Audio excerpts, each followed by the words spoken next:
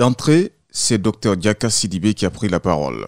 La ministre de l'Enseignement supérieur, de la Recherche scientifique et de l'Innovation a commencé par exposer les problèmes auxquels est confronté son département dans la Guinée profonde. Le constat est pitoyable, dit-elle. Par rapport aux équipements qui doivent soutenir la formation de ces apprenants, de ces étudiants, et aussi les équipements de travaux pratiques ou en tout cas les équipements pour les centres de recherche qui manquent considérablement. Aussi, toujours au niveau équipement, pour renforcer la pédagogie, la formation, ce sont les centres informatiques ou encore les bibliothèques qui sont quand même assez dénudées. Les mêmes problèmes ont été signalés au ministère de l'Enseignement technique et de la formation professionnelle. Le manque de cours pratiques et d'enseignants dans les écoles professionnelles ont retenu l'attention du ministre Alpha Boubacar Bari.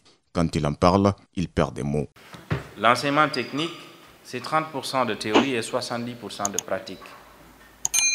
Vous avez des équipements qui étaient en panne depuis plus d'une décennie, qui n'ont jamais été réparés. Vous avez des écoles qui ont des équipements, qui ont des infrastructures, qui ont des élèves, mais qui n'ont pas d'énergie pour faire fonctionner les équipements. Je parle notamment des écoles régionales d'art et métiers. Vous avez des filières qui existent dans les écoles, il n'y a aucun formateur.